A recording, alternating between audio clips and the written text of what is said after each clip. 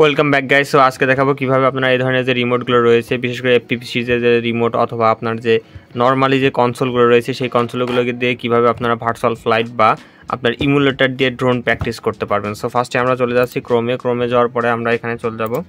So আমি এটাকে আপনাদেরকে নতুন করে দেখাচ্ছি, সেটা হচ্ছে এখানে লিখবো DJI ভার্চুয়াল ফ্লাইট পিসি। সো আমি এখানে ফার্স্টে দেখে নিচ্ছি, দেখে নেওয়ার পরে সার্চ দিতেছি, তারপরে এখানে ফার্স্টের ওয়েবসাইটে আমি ক্লিক করব। দেন এখান থেকে কিন্তু উইন্ডোজের যে অপশনটি রয়েছে এখান থেকে exe ফাইলটা আমরা ডাউনলোড করে নেব। অবশ্যই আপনার ইন্টারনেট স্পিড ভালো থাকতে হবে, না হলে পরে কিন্তু সেক্ষেত্রে একটু আপনার লেট হতে পারে, যেহেতু ফাইলের সাইজ 3 জিবির মতো। তো এখান থেকে অনেক ক্ষেত্রে আপনারা যারা ম্যাকে ইউজ করবেন তারা কিন্তু ম্যাকে ইউজ করতে পারবেন, আবার অথবা চাইলে আপনি কিন্তু এখান থেকে আপনার নতুন করে আপনি সার্চ দিয়ে ফোনে ইউজ করতে চাইলে অ্যান্ড্রয়েডে লিখে সার্চ দিলে আপনি কিন্তু অ্যান্ড্রয়েডের ভার্সনটাও পেয়ে যাবেন এখানে। তো অলরেডি দেখতেই পাচ্ছেন এখানে অ্যান্ড্রয়েড প্লাস আইওএসের দুইটা অপশনই রয়েছে। আপনারা চাইলে আইওএসে অর্থাৎ অ্যাপেলে কিন্তু এটা ব্যবহার করে বেশ মজা পাওয়া যায়। তো যাই হোক, অলরেডি আমার ফাইলটা ডাউনলোড করে নিয়েছি, এটা হচ্ছে আমার ফাইল। সো এখান থেকে আমি ফার্স্টে ইনস্টল করব। তো এটা ওপেন দিচ্ছি, একটু আমাকে ওয়েট করতে হচ্ছে, ফাইলটি যেহেতু একটু বড় সেই জন্য একটু ডিস্ট্র্যাক্ট হতে। তো আমি এখান থেকে নেক্সট করতেছি এবং অবশ্যই আপনার এই DJI ড্রাইভার যে অপশনটি রয়েছে সেটা কিন্তু আপনার এখানে টিক দিয়ে নিতে হবে, অথবা কিন্তু এই রিমোট কিন্তু কানেক্ট হবে না। সো এখানে ক্লিক দিলাম, ইনস্টলিং DJI ড্রাইভার দেখাচ্ছে এবং অলরেডি কিন্তু আমি পিসির সঙ্গে একটি কিন্তু কানেক্ট করে নিয়েছি। সো এখান থেকে আমি ইংলিশ করে নিচ্ছি। এবার বলতেছে যে পাওয়ারটা হচ্ছে অন করে ইউএসবি দিয়ে কানেক্ট করতে। সো আমি ফার্স্টে পাওয়ার অন করে নিলাম এবং ইউএসবি দিয়ে কানেক্ট করে নিলাম। দেন আমি এটা ইনস্টলে দিব এবং কুইক লঞ্চ শর্টকাটের অপশনটিও আসবে, ইনস্টলে ক্লিক দিব, একটু ওয়েট করতে হবে আমাকে। দেন কিছু ফাইল কিন্তু রান হচ্ছে, এটা কিন্তু অটোমেটিকলি আপনার যে অপশনটা আছে অর্থাৎ ড্রাইভারটি কিন্তু ইনস্টল হচ্ছে। সো এখানে ফিনিশ দেখাচ্ছে, আমরা আরেকটু ওয়েট করব। এইবার হচ্ছে মেন ফাইলটি ইনস্টল হচ্ছে এবং আপনার যে সফটওয়্যারটি রয়েছে ড্রাইভারের জন্য সেই ড্রাইভারের সফটওয়্যারটাও কিন্তু একই সঙ্গে ইনস্টল হচ্ছে। এখন এই ক্ষেত্রে আমাদেরকে কিন্তু ওয়েট করতে হবে একটু।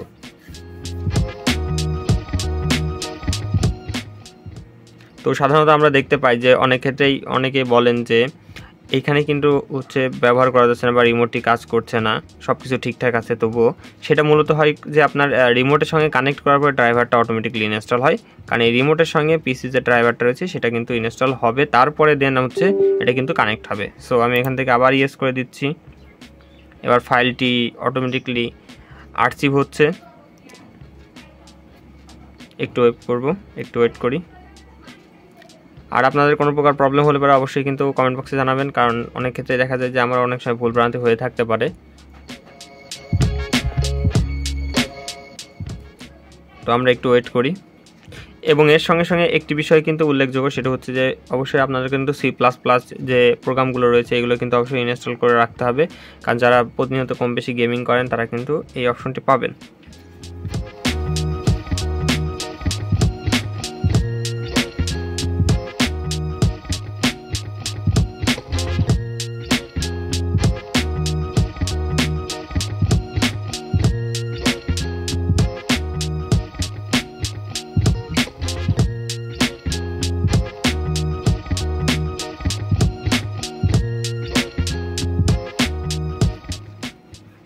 ওকে, অলরেডি কিন্তু আপনারা দেখতে পাচ্ছেন যে ফিনিশ হয়ে গেছে, একটু সময় লেগেছে। তো এখানে ফিনিশ করে ফেললাম। ওকে, মোটামুটি আমি এখন দেখবো যে উইন্ডোজের স্টার্ট বাটনে গিয়ে এই যে দেখতে পাচ্ছেন অলরেডি কিন্তু DJI ভার্চুয়াল ফ্লাইটের যে অ্যাপটা সেটা কিন্তু অলরেডি কিন্তু এটা ইনস্টল হয়ে গেছে। সো এখানে আমরা একটু ক্লিক দিব।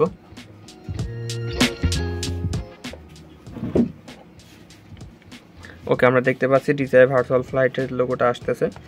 সাধারণত প্রথমবারের ক্ষেত্রে একটু দেরি হয়। অলরেডি কিন্তু সাউন্ড চলে আসছে, তো আমি একটু সাউন্ডটা কমিয়ে নিচ্ছি। ও আরেকটা বিষয়, এখানে কিন্তু উইন্ডোজ বাটনে ক্লিক করা ছাড়া কিন্তু সহজে এক্সিট করা যায় না। সো রেডি টু গোতে দিলাম। আমি এপিপি ব্যবহার করব না, অ্যাভাটার ব্যবহার করব সেটা দেখাচ্ছে, আমি অ্যাভাটার ইউজ করলাম। Go to virtual flight.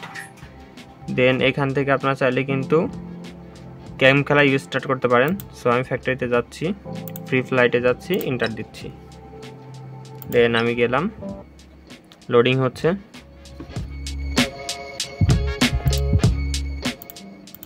চাইলে আপনারা কিন্তু গগলসও কানেক্ট করতে পারেন। সো আমি এখান থেকে একটু অন করে নিই। আচ্ছা, এখান থেকে দেখুন আমার কিন্তু কাজ হচ্ছে না। এর মূল রিজনটা হচ্ছে এখান থেকে আমরা এটা ডিসকানেক্ট করব, দেন আবার কানেক্ট করব। ওকে, অলরেডি কিন্তু এবার কিন্তু কানেক্ট হয়ে গেছে। সো এই দেখুন আমার কিন্তু অলরেডি দেখাচ্ছে। সো আমি এখান থেকে স্পোর্ট মোড করে নিলাম, অন হয়ে গেছে। দেন এই যে আমার এই ক্ষেত্রে যেহেতু আমার এখানে গ্রাফিক্স কার্ডটি নেই, সো এই জন্য একটা প্রবলেম হচ্ছে। তো এখান থেকে আমি যদি এখানে ক্যামেরা অ্যাঙ্গেলে ক্লিক করে দেখুন, অলরেডি কিন্তু এটা নর্মাল ইসের মতো হয়ে যাচ্ছে, একদম অরিজিনাল যে এফপিভি মোডটি রয়েছে সেটার মতো হয়ে যাচ্ছে পয়েন্ট অফ ভিউতে।